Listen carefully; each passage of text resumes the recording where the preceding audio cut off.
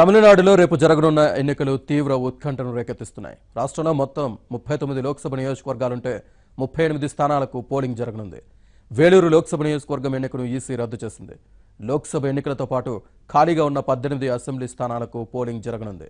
AIADMK minority ప్రభుత్వాన్ని నడుపుతున్న నేపథ్యంలో అసెంబ్లీ ఉప ఎన్నికలు తమిళనాట మరింత హీట్ పెంచుతున్నాయి.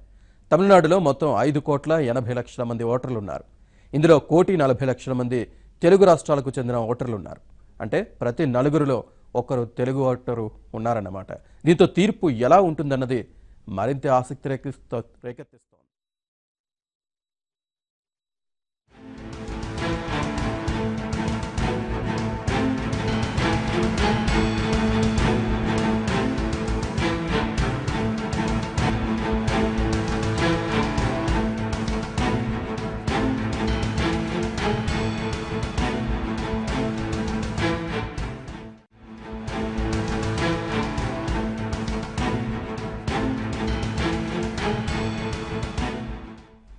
తమిళనాడులో రేపు జరగనున్న ఎన్నికలు తీవ్ర ఉత్కంఠను రేకెత్తిస్తున్నాయి. రాష్ట్రంలో మొత్తం 39 లోక్సభ నియోజకవర్గాలుంటే 38 స్థానాలకు పోలింగ్ జరగనుంది. వేలూరు లోక్సభ నియోజకవర్గం ఎన్నికను ఈసీ రద్దు చేసింది. లోక్సభ ఎన్నికలతో పాటు ఖాళీగా ఉన్న 18 అసెంబ్లీ స్థానాలకు పోలింగ్ జరగనుంది. అన్నాడీఎంకే మైనార్టీ ప్రభుత్వాన్ని నడుపుతున్న నేపథ్యంలో అసెంబ్లీ ఉప ఎన్నికలు తమిళనాట మరింత హీట్ పెంచుతున్నాయి. తమిళనాడులో మొత్తం 5,80,00,000 మంది ఓటర్లు ఉన్నారు. ఇందులో 1,40,00,000 మంది తెలుగు రాష్ట్రాలకు చెందిన ఓటర్లున్నారు. అంటే ప్రతి నలుగురిలో ఒకరు తెలుగు ఓటర్ అన్నమాట. దీంతో తీర్పు ఎలా ఉంటుందన్నది మరింత ఆసక్తి రేకెత్తిస్తోంది.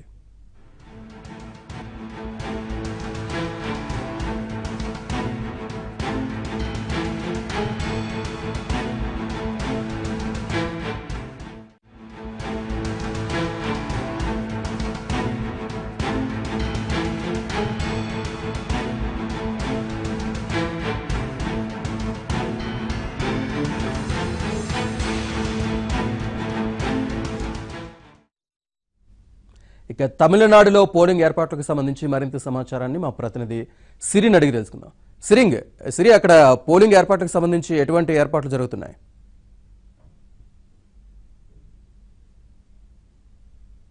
రైట్, రేపు ఇక్కడ రెండో విడత పోలింగ్ జరగబోతున్నాయి తమిళనాడు రాష్ట్రంలో. రేపు ఇక్కడ ఉన్నటువంటి 39 పార్లమెంట్ స్థానాలకు గాను లోక్సభ ఎన్నికలు, అలాగే 18 ఖాళీగా ఉన్నటువంటి అసెంబ్లీ స్థానాలకు ఉప ఎన్నికలు జరగబోతున్నాయి. అయితే 39 లోక్సభ స్థానాలలో 38 లోక్సభ స్థానాలకు మాత్రమే ఎన్నికలు జరగబోతున్నాయి. నిన్న వేలేరులో ఎన్నికలు రద్దు చేయాలంటూ ఈసీ గవర్నర్ కు లేఖ రాయడము, గవర్నర్ లేఖను స్వీకరించడము, అక్కడ ఎన్నికలు పార్లమెంట్ నియోజకవర్గానికి సంబంధించి ఎన్నికలు రద్దు చేయడం జరుగుతుంది. ఎందుకంటే వేలేరుకి సంబంధించిన డిఎంకే నేత ఇంట్లో భారీగా నగదుతో పాటు ఆ నియోజకవర్గానికి సంబంధించిన అభ్యర్థుల లిస్టుతో పాటు అక్కడ ఉన్నటువంటి వార్డ్ నెంబర్స్ తో పాటు ఉన్న కాగితాలు, అలాగే ఓటర్స్ లిస్టు కూడా అక్కడ కనిపించడంతో సోదాలలో అక్కడ ఉన్నటువంటి వేలేరు నియోజకవర్గానికి సంబంధించి ఎన్నికలైతే రద్దయినట్టు మనకు తెలుస్తోంది. దీంతో పాటు 18 అసెంబ్లీ నియోజకవర్గాలకి ఇక్కడ ఉప ఎన్నికలు జరగబోతున్నాయి.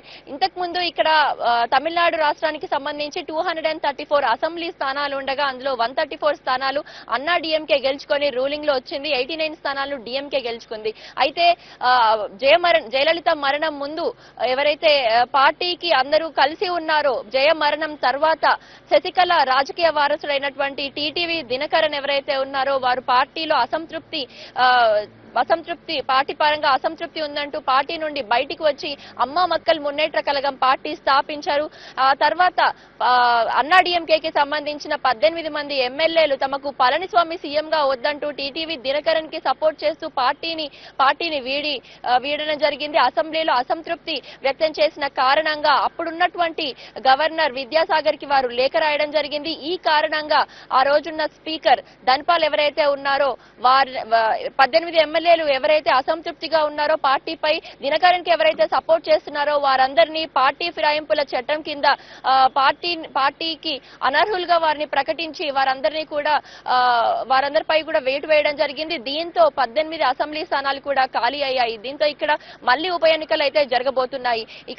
ఇక్కడ 18 అసెంబ్లీ నియోజకవర్గానికి సంబంధించి ఉప ఎన్నికలతో పాటు మరో 4 సీట్లు కూడా ఉన్నాయి. ఒకటి కరుణానిధి, ఒకటి హోసూర్ నియోజకవర్గం, ఇంకో 2 నియోజకవర్గాలకు సంబంధించి కూడా ఎన్నికలు జరగనున్నాయి. కానీ అవి మే నెలలో జరగనున్నాయి. ప్రస్తుతానికైతే 18 అసెంబ్లీ నియోజకవర్గాలకి ఉప ఎన్నికలు కూడా జరగనున్నాయి.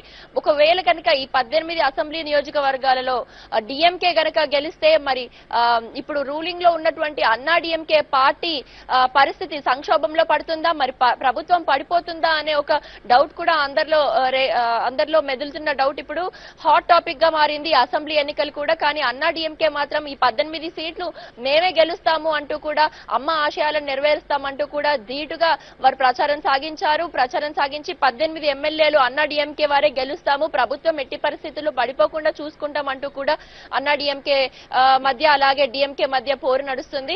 ఇక పోలింగ్ విషయానికి వస్తే నిన్న 6 గంటల తర్వాత ప్రచారం అయితే ముగిసిపోయింది. ఇన్ని రోజుల నుంచి ఎలక్షన్ కమిషన్ ఎన్నికల తేదీ అనౌన్స్ చేసిన నాటి నుండి కూడా ప్రచారం, ఆ తర్వాత అభ్యర్థులను సెలెక్ట్ చేసుకోవడము, నామినేషన్ ప్రక్రియ అండ్ అన్ని ప్రధాన పార్టీలు కూడా ఇక్కడ ప్రచారం కొనసాగించాయి. ఇంటింటికి వెళ్లి డోర్ కి వెళ్లి ప్రచారం అయితే చేసుకున్నారు. నిన్న 6 గంటల తర్వాత ఎటువంటి పార్టీ కూడా ప్రజలను ప్రలోభ పెట్టే విషయాలు కానివ్వండి, మనీ డిస్ట్రిబ్యూషన్ కానీ చేయొద్దు అంటూ ఎలక్షన్ కమిషన్ అయితే సీరియస్ గా ఆదేశాలు జారీ చేసిన మేరకు ఏ ప్రధాన పార్టీ కూడా ప్రచారం చేయలేదు. అన్ని పార్టీలు కూడా ప్రచారం ఆపేసింది. దీంతో కొంత మైకులు అయితే అన్ని మూగబోయాయనే చెప్పాలి. ఇక నిన్న ఈవినింగ్ నుంచి మనం కనుక చూసుకుంటే ఐటీ దాడులు ఇక్కడ అందరిలో కలకలం రేపుతున్నాయనే చెప్పాలి.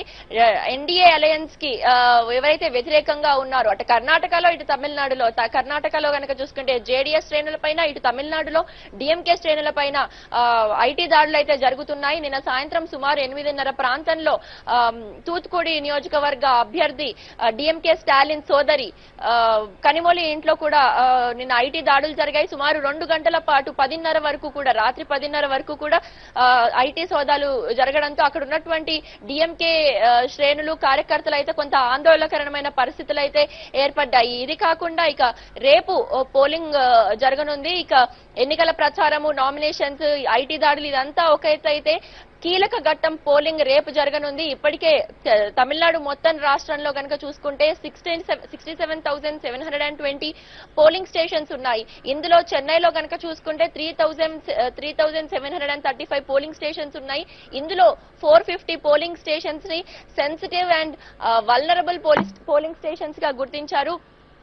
ఈ పోలింగ్ స్టేషన్స్ లలో మొత్తం అన్ని పోలింగ్ స్టేషన్స్ లలో ఫ్రీ అండ్ ఫెయిర్ ఎలక్షన్స్ జరిగేలాగా సీసీటీవీలను అమర్చామంటూ కూడా ఎలక్షన్ కమిషన్ తగు జాగ్రత్తలు తీసుకున్నామంటూ కూడా చెప్తున్నారు. దీంతో పాటు సెన్సిటివ్ పోలింగ్ స్టేషన్స్ గా ఉన్నటువంటి అన్ని పోలింగ్ స్టేషన్స్ లలో సిఆర్పీఎఫ్ జవాన్లతో పాటు audio and video visuals and sounds అన్ని కూడా క్యాప్చర్ అయ్యేలాగా సీసీటీవీలను కూడా అమర్చామంటూ కూడా ఎలక్షన్ కమిషన్ చెప్పారు. ప్రతి ఒక్క పోలింగ్ స్టేషన్ లో కూడా ఎన్నికలు కరెక్ట్ గా జరిగే సజావుగా జరిగేలాగా అన్ని ఏర్పాట్లు చేశాము.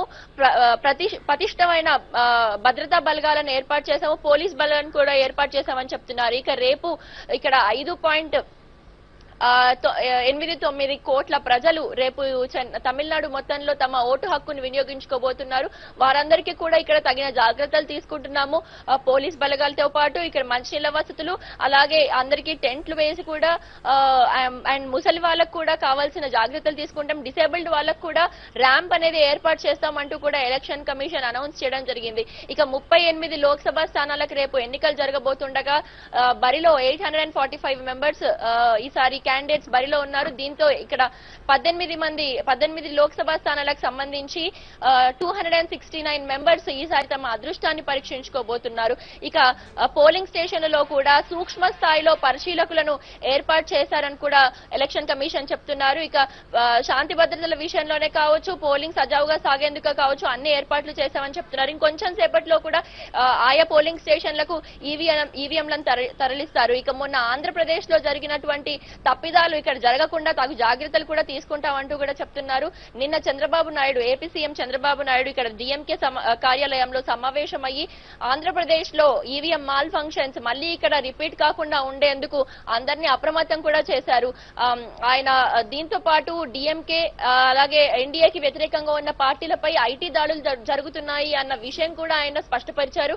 ఆయన స్పష్టపరిచిన కొద్ది గంటలకే ఇక్కడ ఐటీ దాడులు జరగడం అందరిలో ఒక ఆసక్తికరమైన అంశాన్ని అయితే రేకెత్తించిందని చెప్పాలి. దీంతో పాటు ఇక్కడ ఉన్నటువంటి ఈవీఎంస్ అన్ని కూడా మొరాయించకుండా ఉదయం 7 గంటల నుండి సాయంత్రం 6 గంటల వరకు అన్ని పోలింగ్ కేంద్రాలలో ఈవీఎంస్ కరెక్ట్ గా పనిచేసేలాగా ఎటువంటి డిలే లేకుండా సజావుగా ఎన్నికలు సాగుతాయంటూ కూడా ఎన్నికల కమిషన్ వివరించడం జరిగింది. Srinivas. Right, thank you very much Siri.